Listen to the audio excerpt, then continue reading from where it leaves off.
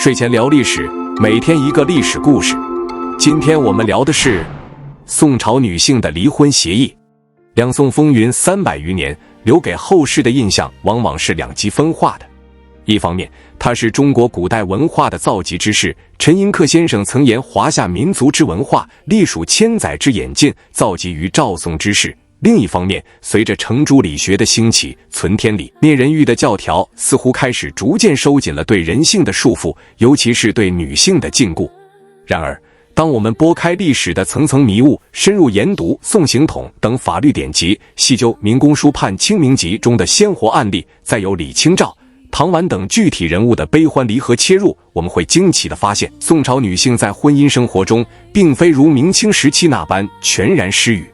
特别是在离婚这一敏感议题上，宋代女性拥有着令后世惊讶的法律权利与主动意识。那一份份泛黄的离婚协议，不仅是法律文书，更是那个时代女性在父权制缝隙中挣扎求存、追求尊严的实录。若要探究宋代女性的离婚权，首先必须厘清当时的法律基石。宋朝的法律体系主要沿袭唐律，但在具体执行与敕令的颁布上，又展现出独特的时代特征。宋刑统作为宋代的根本大法，在互婚律中对婚姻的解除有着明确的规定。在传统中国社会，婚姻解除通常被概括为期初、议决与和离。所谓期初，自然是夫权社会的产物，规定了丈夫可以休妻的7种理由，如无子、淫逸、不是舅姑、口多言、盗窃、妒忌、恶疾。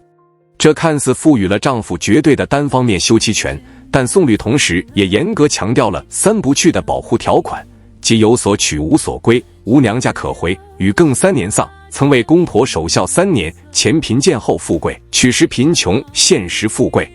这3不去在宋代并非句文，而是具有极强的法律约束力。如果丈夫违反3不去而强行休妻，不仅休书无效，丈夫还要受到杖100的刑罚。这一点在出土的宋代司法判词中屡见不鲜，官府往往会站在被非法休弃的妻子一边，判令夫妻复合或给予妻子巨额赔偿。然而，真正展现宋代婚姻独特性的，并非这些限制性的保护，而是和离制度的广泛应用。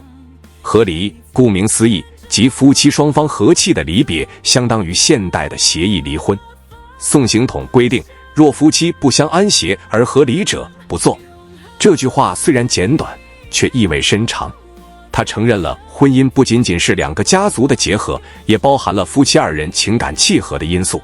如果2人性格不合，无法共同生活，法律允许双方协商解除婚姻关系，且不需要承担任何刑事责任。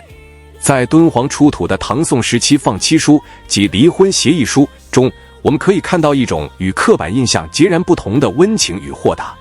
虽然敦煌文书多属唐末5代，但其风俗一直延续至宋初。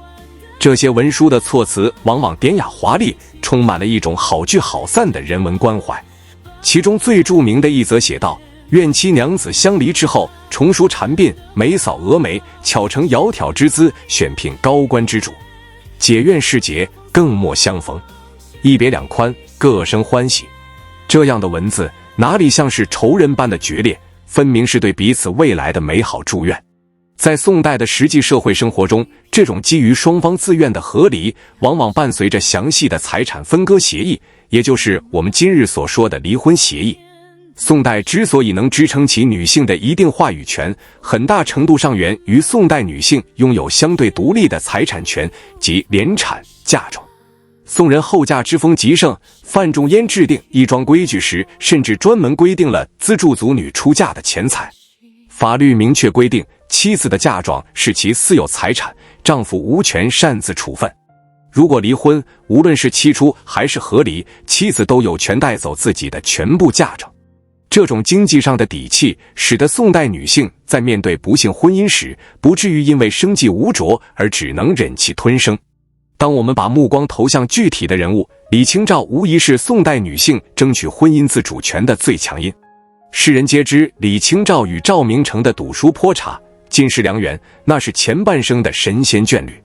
然而李清照的晚年在赵明诚病逝，由于战乱导致家破人亡、金石散失的绝境中，她遭遇了第二任丈夫张汝舟。这桩婚姻从一开始就是一个骗局。张汝舟看中的并非李清照的人，而是他身边残存的珍贵文物。婚后不久，张汝舟便露出了狰狞面目，不仅对李清照拳脚相加，更在发现无法轻易霸占其财产后，极尽虐待之能事。面对如此绝境，一位生活在封建礼教下的老年女性该如何自处？是忍辱负重，以此保全晚节，还是拼个鱼死网破？李清照做出了一个惊世骇俗的决定，告发丈夫。根据宋朝法律，妻子告丈夫，即便所告属实，妻子也要坐牢2年。这是一条极其严苛的法律，旨在维护夫权的尊严。李清照不仅熟知律法，更清楚这样做的后果，但她依然义无反顾地走向了衙门。她揭发张汝舟妄增举硕入关，及虚报考试次数以骗取官职，这是一项欺君之罪。这场官司的结果是惨烈的，也是胜利的。张汝舟被削职流放，李清照获准离婚。虽然李清照因此被收监，幸得亲友翰林学士齐崇礼等人营救，只关押了9天便获释，但这9天的牢狱之灾以及伴随而来的流言蜚语，对于一位名门闺秀、一代词宗而言，其代价不可谓不沉重。李清照在给友人的信中痛陈：身既怀臭之可嫌，唯求脱去，彼不但妻与之可恨，力请食言。他宁愿背负身败名裂的风险，宁愿承受牢狱之苦，也要摆脱这段由于欺骗和暴力构成的婚姻。这份决绝的离婚协议是用血泪和自由写就的，它向后世证明了宋代女性在人格尊严受到践踏时，拥有玉石俱焚的抗争勇气。李清照的案例或许过于激烈，属于议决与诉讼离婚的范畴，但在宋代平民阶层的日常生活中，女性主动提出离婚的现象并不罕见。南宋成书的《民工书·判清明集》收录了许多民工在地方任职时的判词，其中涉及婚姻纠纷的案例，为我们提供了一个观察宋代底层女性婚姻状态的窗口。在这些判词中，我们经常看到因为丈夫贫困无法养家，丈夫长期外出不归，或者丈夫变卖妻子嫁妆而引发的离婚诉讼。例如，有一则案例记载，一名叫阿云的妇女，因为丈夫长期在外经商不归，生活无着，便向官府提出离婚。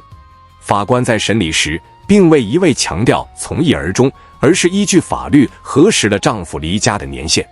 宋律规定，丈夫外出3年不归，若有书信联系，则为5年，妻子有权改嫁。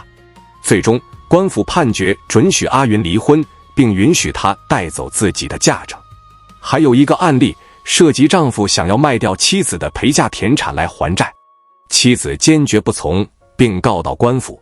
判词明确指出，陪嫁田产是妻子的随身，丈夫无权处置，若夫妻关系因此破裂，准予离异，田产归还女方。这些判词反映出，宋代司法在处理婚姻案件时，虽然总体上维护父权秩序，但在具体操作层面，往往表现出一种务实的理性主义，对女性的生存权益给予了相当程度的考量。当然，宋代女性的婚姻图景并非全是亮色。陆游与唐婉的悲剧便是一曲孝道压倒情爱的挽歌。唐婉并非因为犯了7出之条而被休，她才华横溢，与陆游琴瑟和鸣。然而，仅仅因为陆母不喜欢他，认为他让陆游沉溺儿女情长而荒废了仕途，便强令陆游休妻。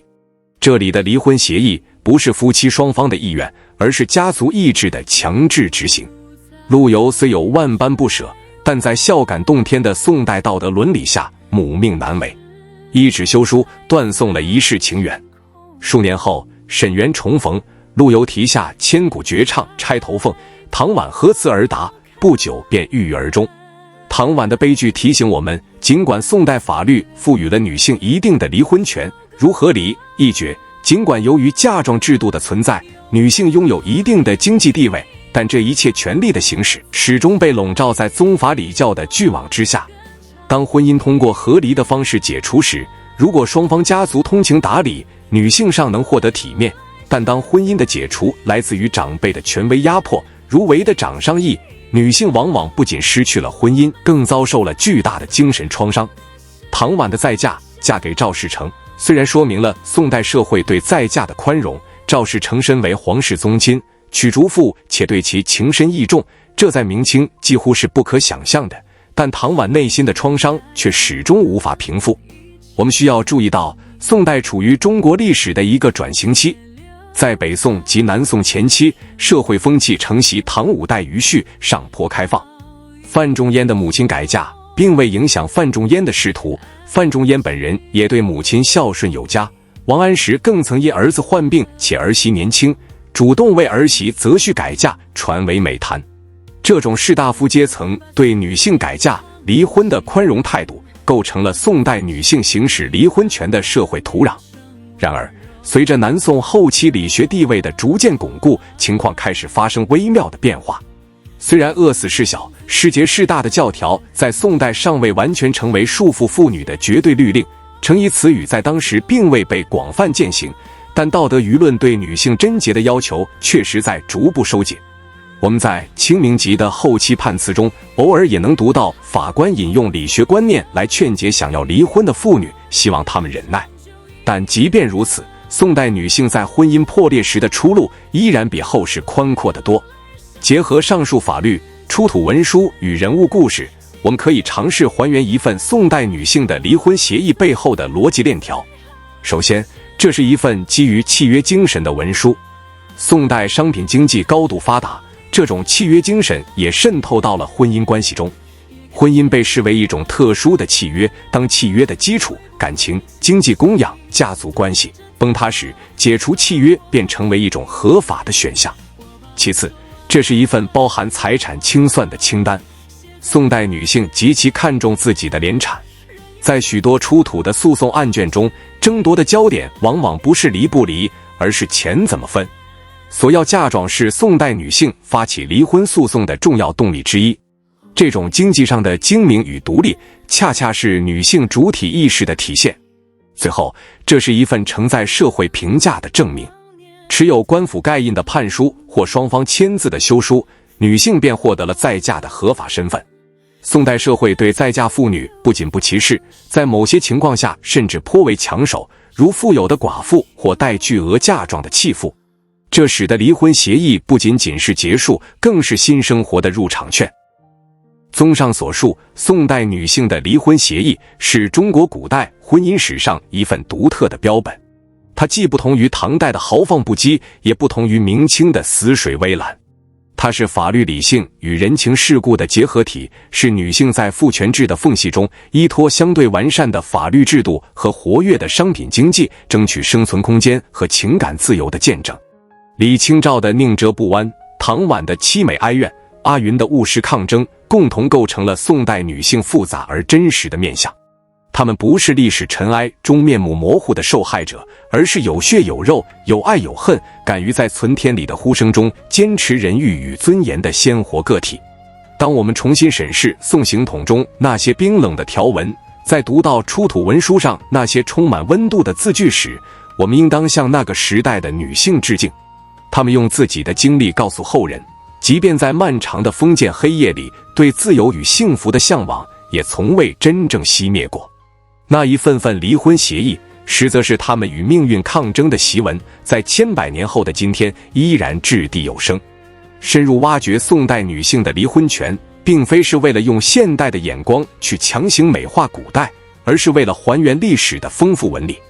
它提醒我们，中国传统文化并非铁板一块的压抑，其中亦包含了务实、理性与对人性的某种温情包容。